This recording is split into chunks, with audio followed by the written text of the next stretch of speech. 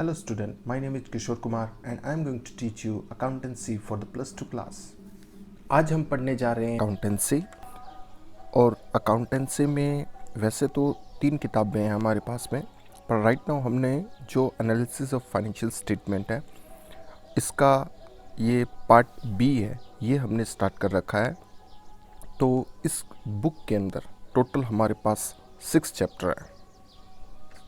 तो financial statement the first chapter है, second financial statement analysis, third chapter है हमारा tool for financial analysis, comparative statement, fourth chapter है common size statement and fifth chapter है accounting ratio and the last and six इस किताब का cash flow statement है। तो इन चैप्टर में से सबसे पहले हमने स्टार्ट किया है financial statement chapter. So financial statement of companies, we are going to start this particular chapter, and this is one of the most important chapter for all commerce level student as well as non-commerce level also.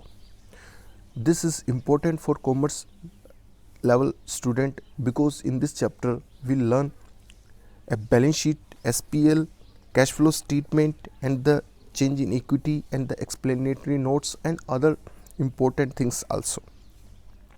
So if you don't know how to prepare the balance sheet and the SPL, you don't know nothing in the commerce line. As a non-commerce student, if you are going to invest in a particular company, then before investing you know about the company, and you don't know about the company until you read the balance sheet and the SPL of the company. And if you don't know, then how you will invest in this particular company?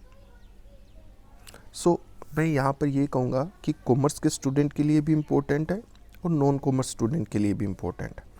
Non commerce के लिए अगर वो कल को share market में deal करते हैं तो पैसा कंपनी में इन्वेस्ट करने से पहले कंपनी को जानना ज़रूरी है, और कंपनी को बैलेंस शीट और एसपीएल से ही अच्छे से आप जान सकते हैं कंपनी की पोजीशन क्या है। तो ये चीज़ आपको समरी में क्रक्स में दी जाती है, तो आपको ये पता होना चाहिए। और एज ए कॉमर्स स्टूडेंट आप कल को एज अकाउंटेंट बनना चाहेंगे तो आपको जर्नल एंट्री के लास्ट में ultimately you have to prepare the summary statement. And summary statement में क्या बनेगा, यही 5 चीज़ बनेंगी जो कि फाइनेंशियल स्टेटमेंट में हम दे रखी हैं। तो आपको इनका पता होना चाहिए।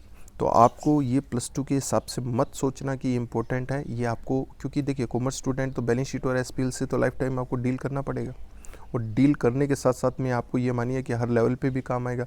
कल को आप ग्रेजुएशन करते हैं, पोस्ट ग्रेजुएशन करते हैं, CA CS और CMA अगर कोई भी कोर्स करते हैं हायर लेवल का, तो ये आपके लिए बैलेंस शीट तो हर स्टेप पे चलेगी आपके लिए। तो ये चैप्टर इसलिए भी इम्पोर्टेंट है कि आपको ये सिखाएगा, आज से ही सिखाएगा कि how to prepare. Even if I say that the same syllabus is exist in the CA final course also.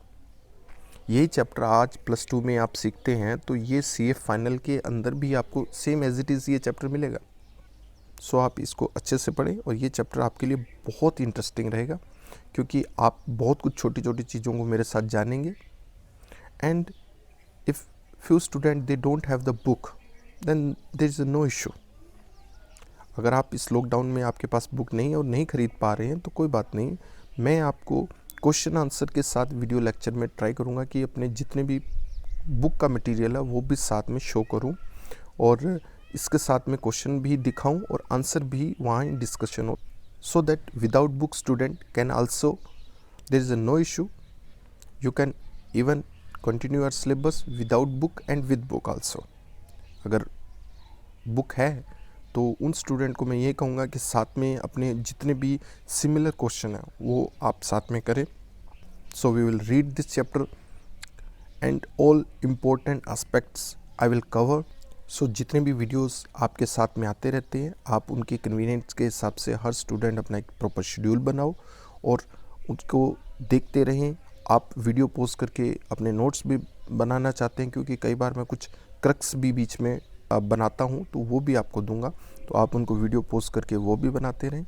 और साथ के साथ अगर इम्पोर्टेंट कुछ भी आपको लगे तो ऐसे नोट्स आप उनको नोट कर सकते हैं वीडियो पोस्ट करके। So student, best of luck for your study. Thanks lot.